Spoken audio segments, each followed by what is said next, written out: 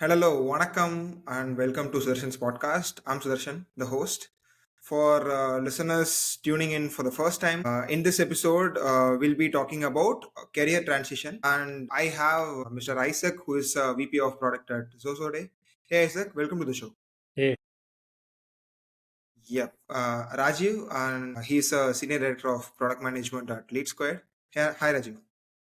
hey everyone. Yep. So, to give you a little context, both of them have an interesting story to share. They have Rajiv, for example, he was a software engineer before. Then uh, he is currently a product manager in a managerial role. But yeah, in between he had a small stint of designing also. Isaac started as a designer, then found a company and he sold it after I think 5 years. Is that right, Isaac? Yeah. Yep. After that, he joined the other company, the acquirer company, worked for a while. Then he's heading product at a couple of companies in the last 3 4 years. So I just want to talk. Divide this episode into like three segments. One is pre-transition. In that phase you are in the place whether you'll decide whether to transition or not, or when to transition. And during transition, how are you going to do that? It may be transition inside the company or outside the company. And post transition, sometimes it might not work for you, you have to get back to your role here, right? So yep, we'll start with the pre transition. I think both of you gone through those phases, right? So what is the signs that you think that that's the right time for you to transition? I think Rajiv said he got a chance to work as a designer in between. Like, is that something thrown to you, or you want to pick that, or like, how is that happen? It was a bit of both. I don't think anybody looked at me and said, "We want you to be the designer." Right? So this is something that I did it because I was genuinely passionate, curious about that side of the world. And design was not new to me. I've been right from college. Right? I've been doing symposium posters and invitations and Mm-hmm. certificates, and I had a weekend stream of income coming from designing CD covers and album art. Uh, yeah, so that I was no stranger to, let's say, Illustrator 7.0 and Photoshop 6.0, right? And so I said, Even I use Photoshop 7.0. Photoshop 7.0, not 6.0. okay, 6.0 was the OG. I don't think 6.0 was more prominent than all of the previous versions put together. Yeah. So if you went to a print shop or a design studio back then, they'd have Photoshop 6.0. And it didn't say Photoshop 6, it said 6.0. Hmm. And there was never a 6.1 or 6.2. Maybe these are patches, but then always at 6.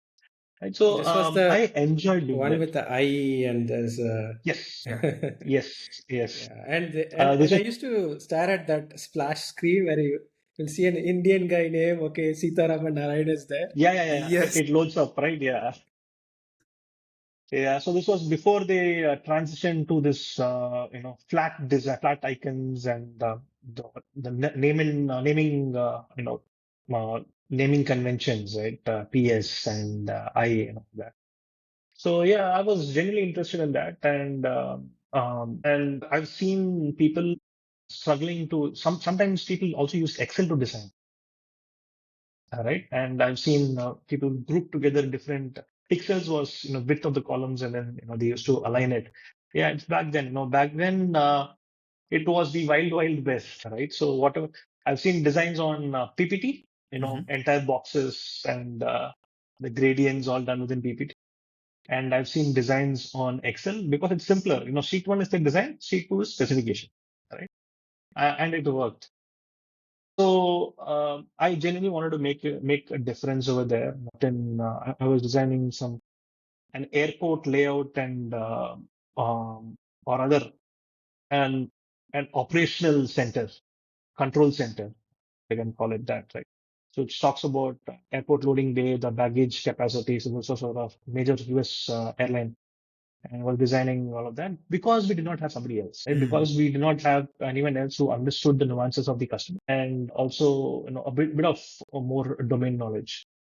And so I thought it will be a good thing to get started with, and it was PPTs and or rather, so it was layers and layers of unnamed stuff, and then somebody says, "Hey, this needs a change," and then I go back, because I had no idea. Right now, Photoshop has this option wherein you hover over it and it selects the layer that you're currently hovering over. Back then, we didn't have that, so it used to be a pain. Grouping was a problem, Yeah. flattening was a problem. So yeah, all those things.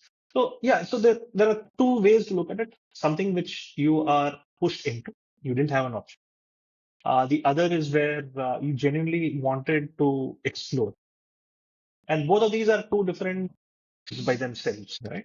And sometimes you'd have to get yourself, as Isaac said, get yourself out of the comfort zone and then start exploring all of this.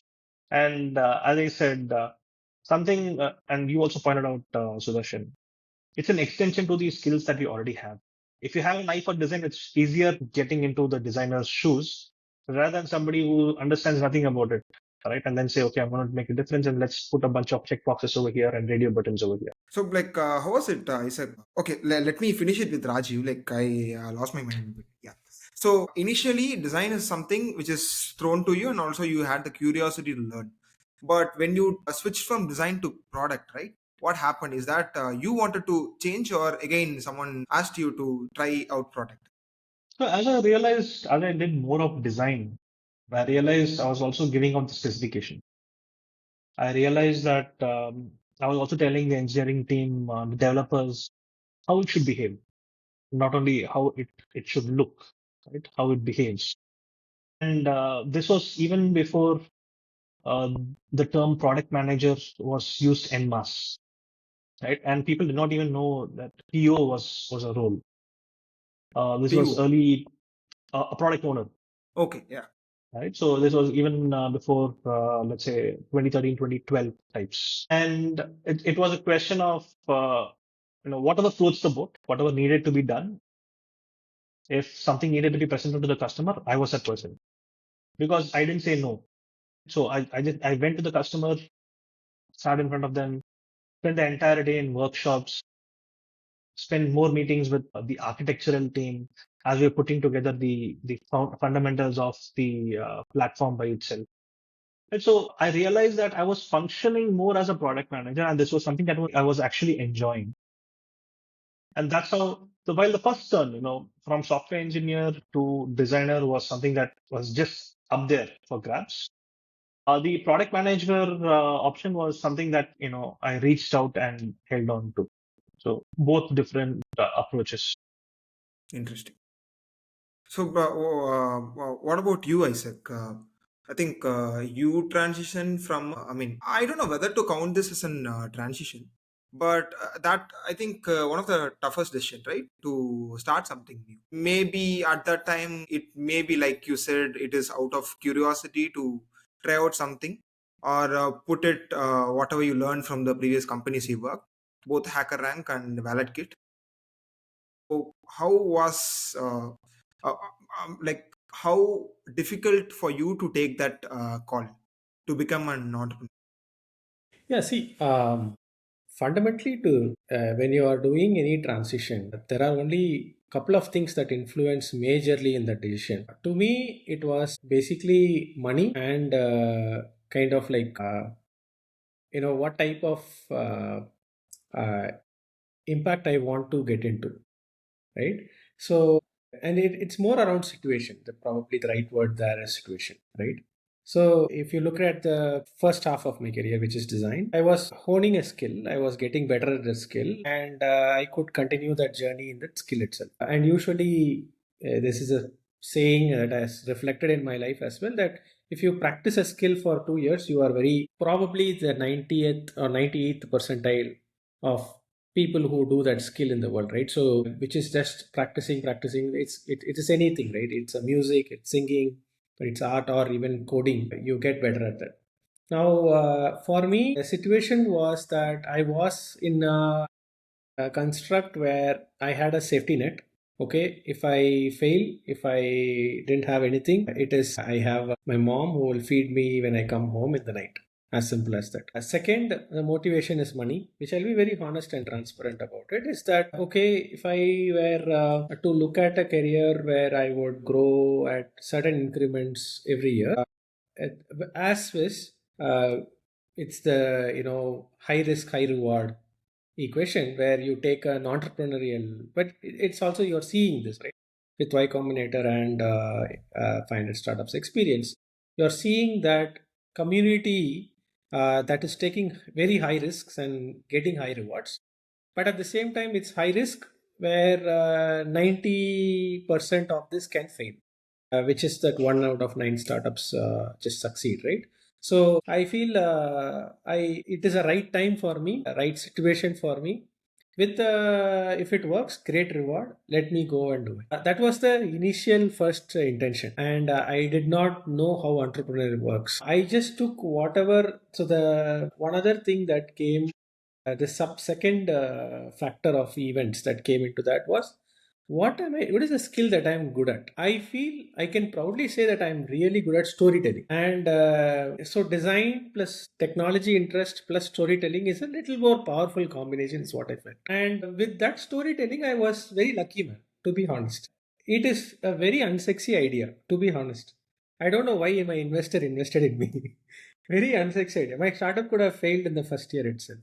My first storytelling was to find my co-founder. I built a product, no internet, no technology, just over phone calls, trying to convince companies to order print merchandise from me, and my dad was my printer behind the screens. As simple as that. Momentum of volume of the storytelling with transition, with which had an outcome of sales. I interested my co-founder, who was a technology guy who left Amazon just now, and he said, "Hey, I'm also looking to join a startup or start a startup.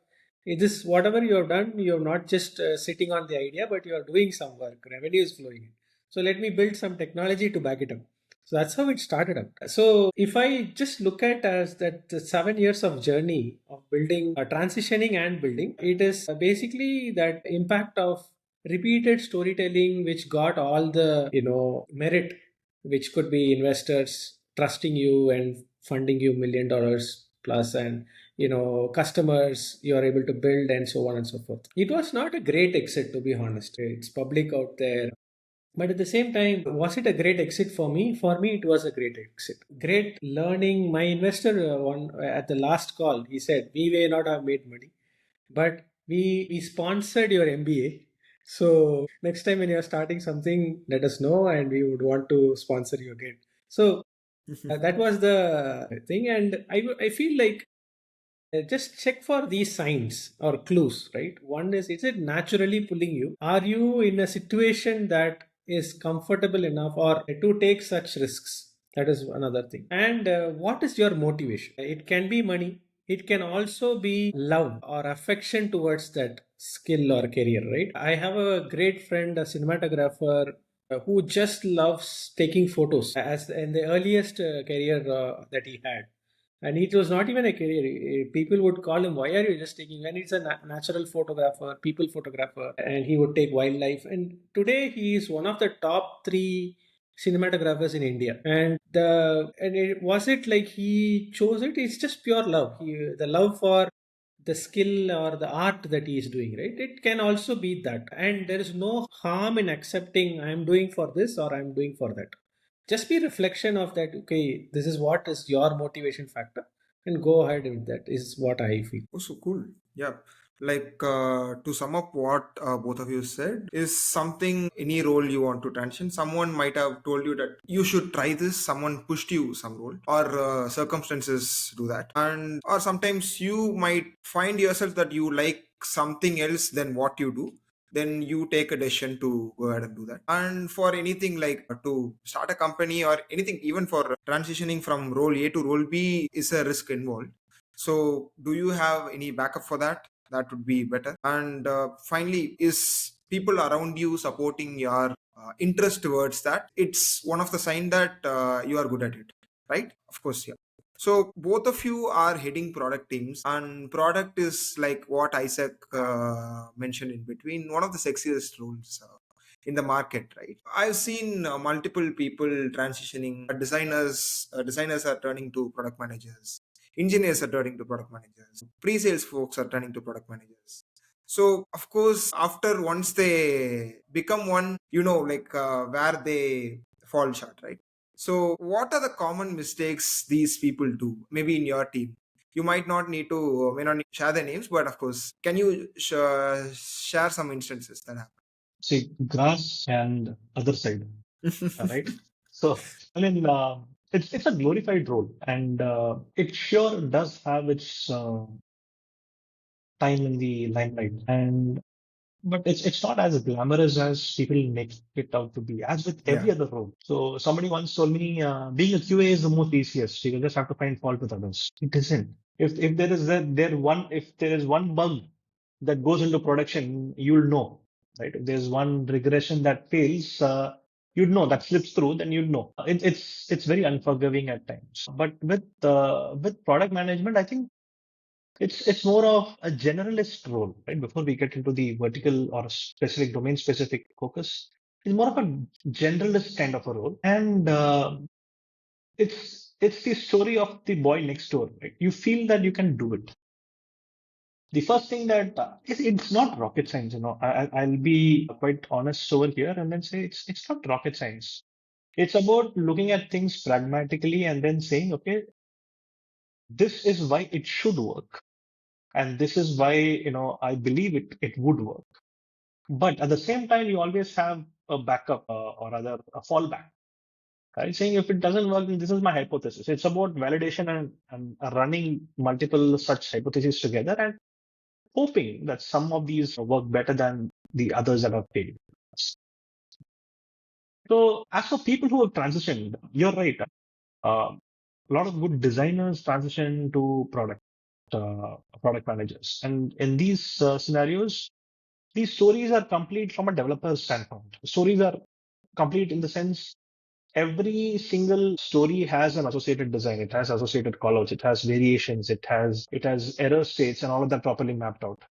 I've seen a lot of QAs transition into product manager, and some of my most successful team members are also current PMs are also hail from a QA background. And their stories are complete in the sense that they're like the dream for engineering. They have all of the edge cases outlined. They have the assumptions and limitations very clearly drafted. So development becomes a breeze.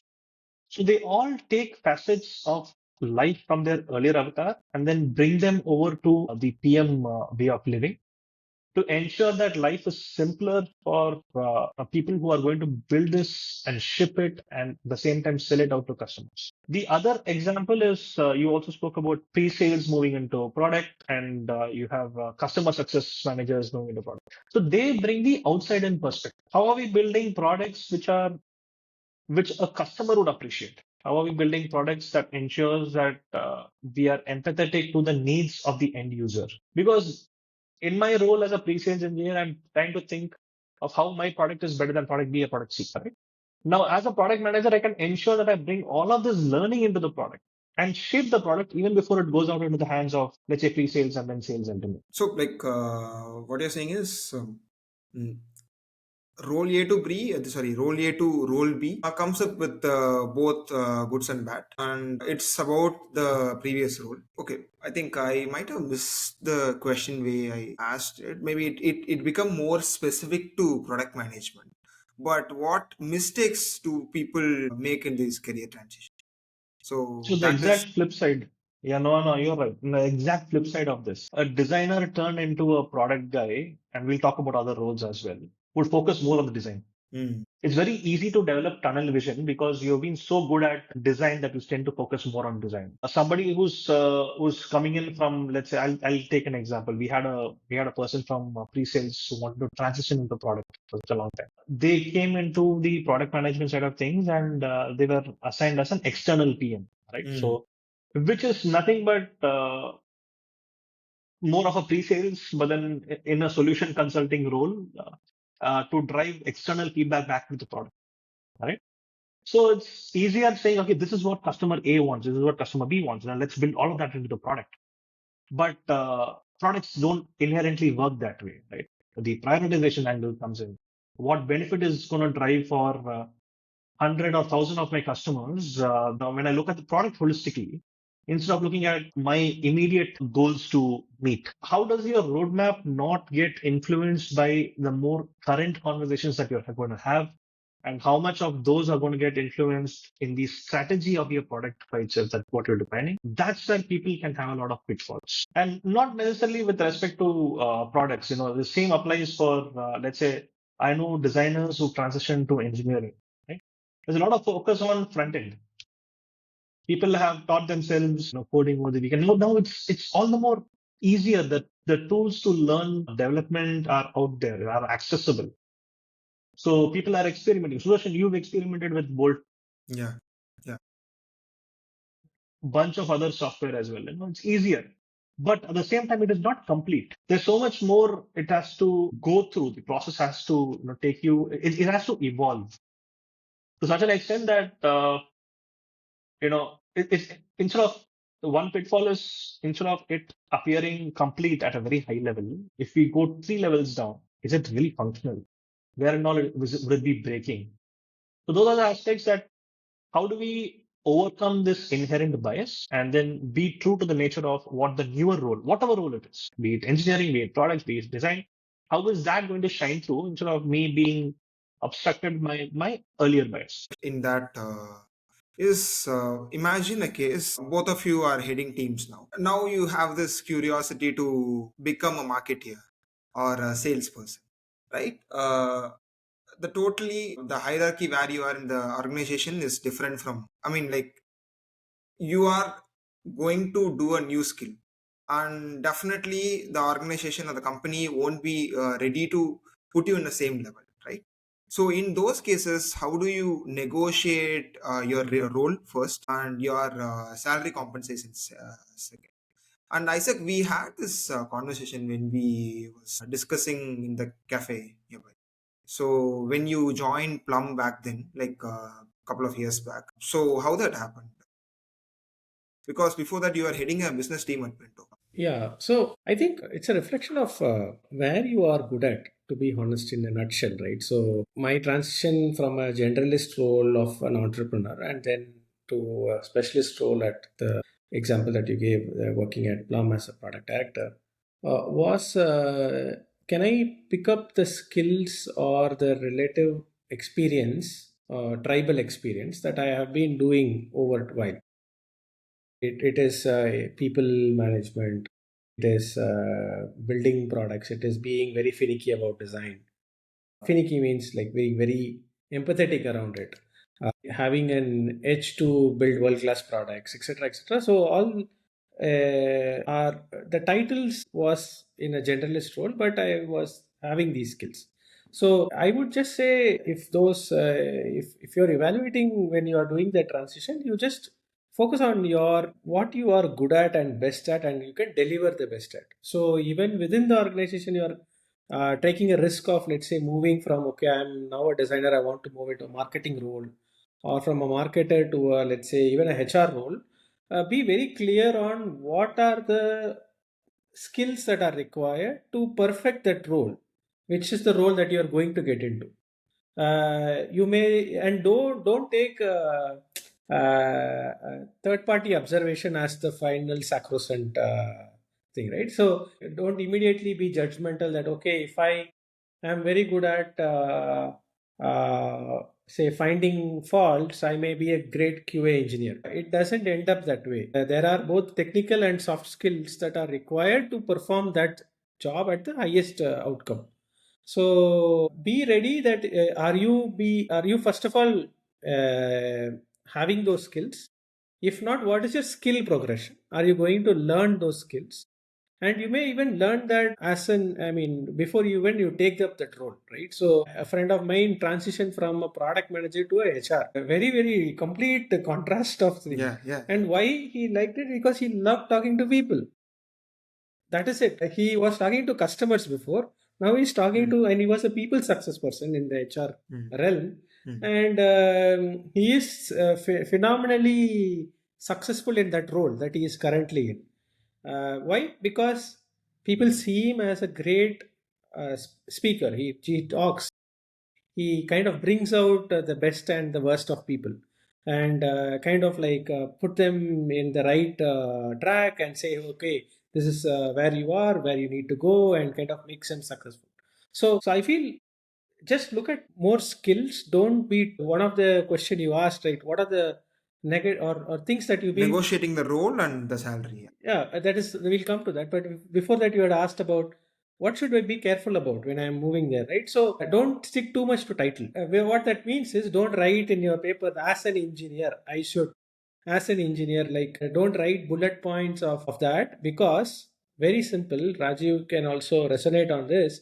One of the thing that we always look for whenever we are hiring, we might have hired hundreds of people in our career, is malleability is an important attribute which we look for. What that means, that is this person only doing the role as per his title, or is he taking the larger outcomes of what needs to be a part and parcel of that particular role. Engineering, yes, you are an engineer, you have to code, but are you coding just because someone put everything into a word document and wrote a PRD and just focusing on that, or are you taking additional steps to look at, that's what Rajiv was talking about, the edge cases, the different permutations and combinations, think like a customer.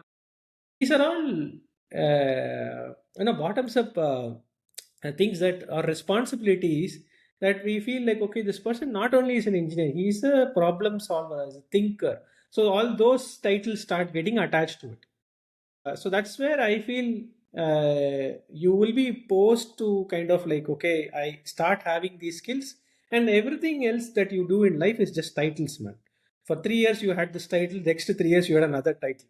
But if you look at in the last 10 years, you would have done one constant thing, or two or three constant things again and again and again, and you are a perfectionist in that particular skill. So that is one. Second is negotiating compensation comes naturally when the company sees, or the organization sees, or a manager sees that this is an indispensable skill that I cannot discard, I cannot compromise. See, you are putting money on the table, right? The moment money on the table comes, what am I losing comes as a natural thing.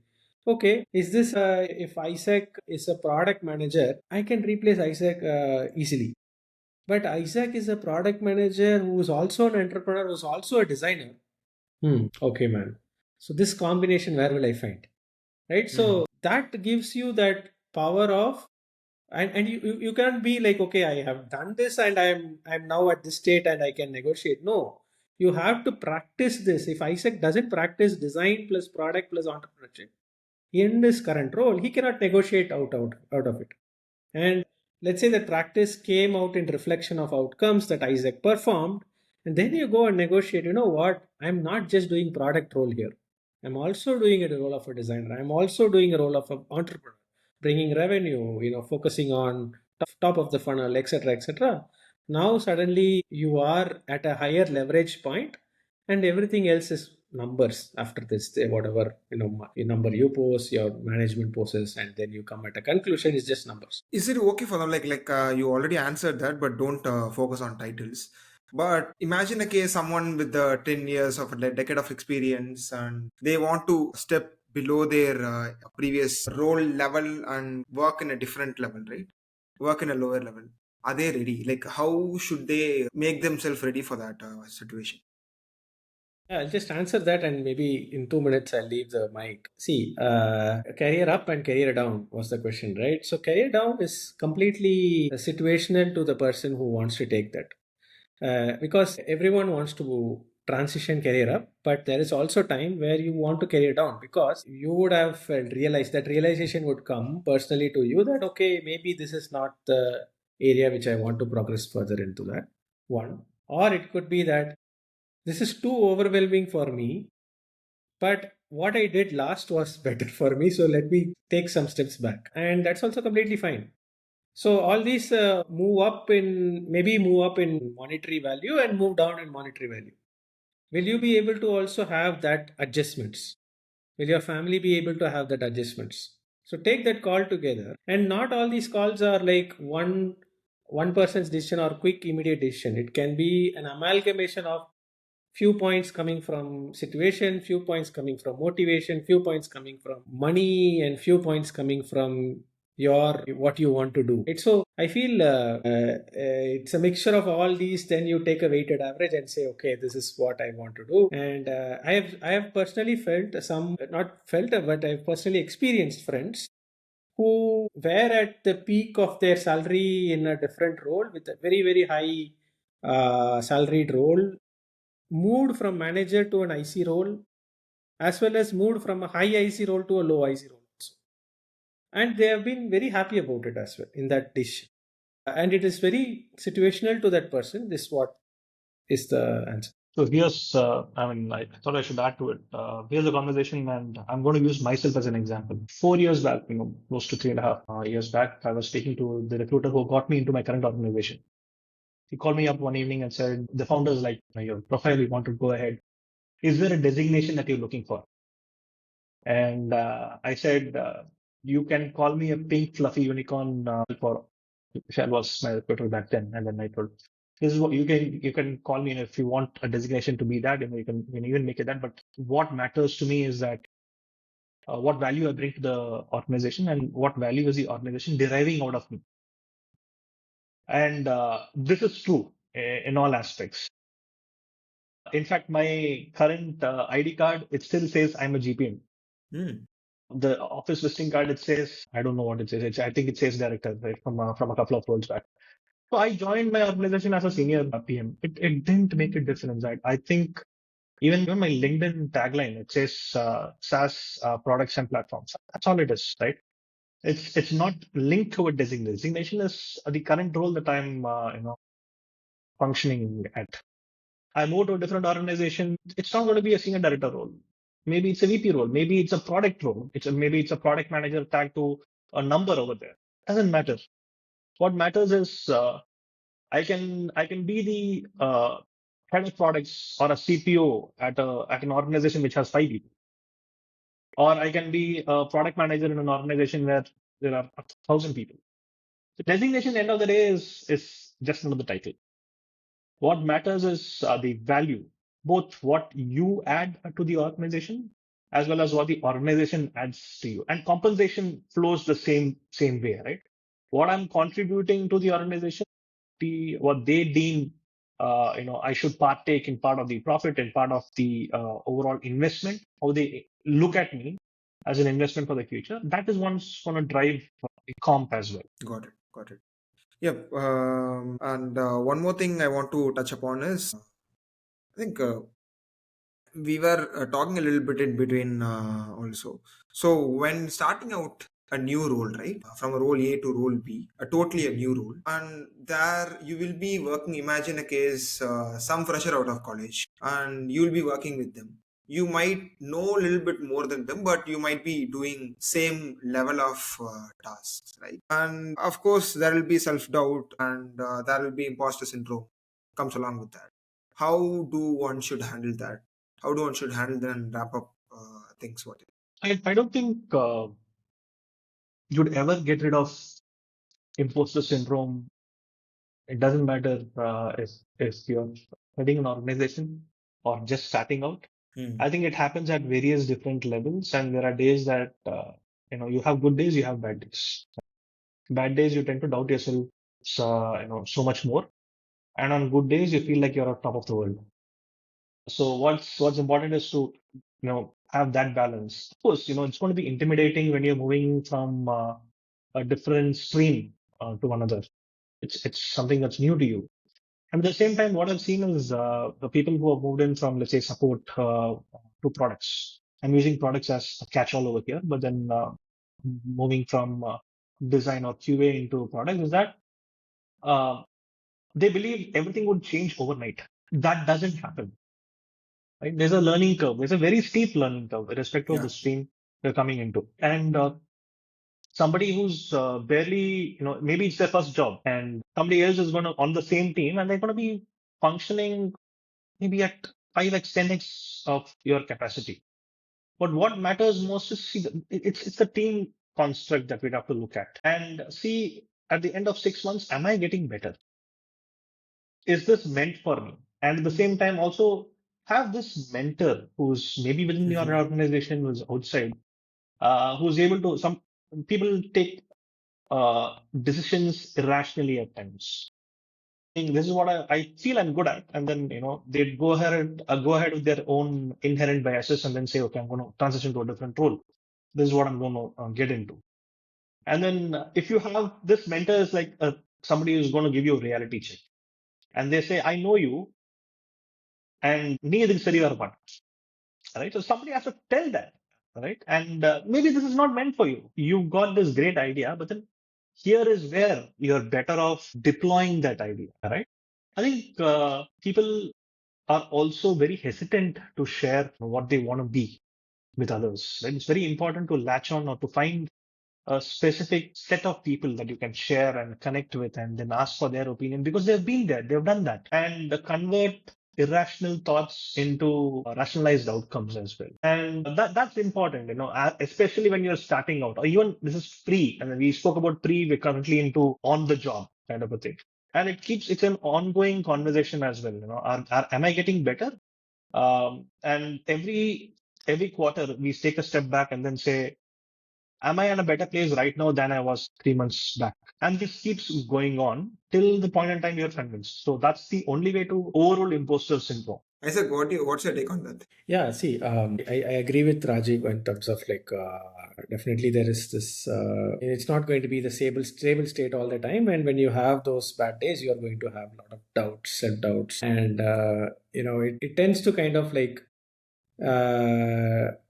demotivate a lot in terms of should I transition back or take very radical steps. So I think it is a little, I would say each people's world is little different, right? So some people really love very different things from what you may love, right? And then you can't say apply what has worked for you to another person as well. What has worked for me is whenever in any industry or any skill that I have, you take some heroes within that industry or skill or career that it is there, right? For example, in product, you may have like 2 3 heroes, hero product managers or hero builders across the world, and you look at their life, you look at what they are doing. Sometimes people are now public, right? With internet you get all these access, and each industry will have those heroes. For example, someone who's starting into singing as a profession or music as a profession may have Rahman as one of their inspiration, right? So I feel constantly keep yourself engaged towards that as your binoculars, and say, okay, am I progressing in that direction? There may be setbacks, there may be hey, you know what, I don't know if I will be that hero, but you just sometimes you just need to believe in yourself, that okay, give it time, or go through this or bite the hardest, the driest bread, to go through that. It is hard, but there is outcome. But if it keeps on resonating, that if it's a lot of concurrence, that you tried, it failed, maybe then you take a call that it may not be that, and that's a pure disclaimer, is that's completely up to you, when to give up, right? And then, yeah, when to pivot, right? And yeah, and why I put a disclaimer. Probably you would have pivoted at the last instance, where just if you tried more, you would have got a reward. But or it could have been that you may need to slog around a couple of more years, and you then again eventually pivoted out. So no one has the right answers. That's the honest truth. Inspiration is very important. Mentorship is important, which Rajiv already covered enough. So I'll not go into that. And you know keeping the last thing is like keeping yourself in that network of very high inspiring people could also very help a lot. It can be similar people who are in your journey, or similar people who are also finding success, and because they would have also gone through that same situations. Being with them, networking with them, talking more freely with them, can be friends, can be coffee conversations monthly, be in that network. The difference between a person who could not be greatly successful in life, and success actually depends, is very contextual, and is a highly successful person, is the person who put himself in the network of those people who surrounded him. And so Girish from Freshworks, when he was mentoring me, used to tell me this. I said the window of opportunity is so small and so cruel that you may never know what happens, and what decisions that you have to take in life can completely change the transition. But uh, if you be there and show up, you will find these opportunities, and you take up. You will eventually get that. Like when you mentioned Girish, he's a great example of someone who turned from a pre-sales engineer to product manager.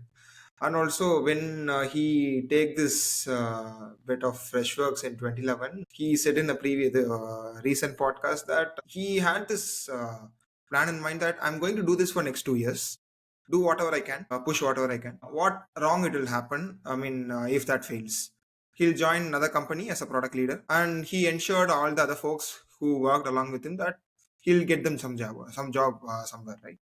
So, yep. By that, Yeah, so we have I'll tell you spoke. one more insight about that, because I Mhm. spent very quality time with that person, and very Mhm. humble respect to him. When I was also going through a similar tough times, he brought this anecdote that Isaac, Freshworks was always not the best of, I would say, at its best time all the time. There were also hard times.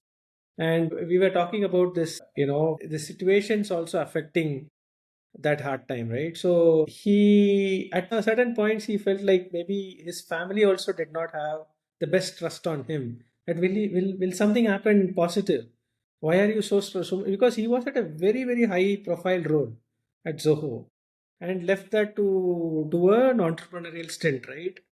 And so self doubt not only comes to you, but other people also can self doubt. And he was jokingly saying that that time they were telling me this, that will this work, will it, why are you doing this? But now, after the all the positive outcomes that I've had with IPO, and with personal career success that he had, it's history, right? So people say, wow, we would have never even imagined such an outcome, right? So I feel there is this it's my new year resolution also, is to manifest. I think it aptly fits this particular segment of this podcast, is to manifest yourself. Manifest, keep manifesting. Is that in Tamil there is this person called Gopinath, who is a great host, and he comes in a lot of shows. He gave one speech where, if you want to be a rich person, you first be rich at heart. Manadile selvandanaga irukka vendum. That's what he said. So if you want to be a rich person, first be rich at your heart. And you may be the poorest person at that time. No problem. So just manifest that you are that person. You are going to be that. And when you are going through, we are talking about during the career, right? So be very clear that you want to be that person, and you are that person already. And practice that. And eventually, your atmosphere, your body will change to that, is what I feel. So yeah, derailed a little bit, but yeah, it's for better. So hope listeners find some value here in this episode. I think we have covered a lot of details about transition, and also comes along with the personal stories from both of you. Yep, with that I'll wrap this episode. Thank you, Rajiv and Isaac. Thank you. Yep.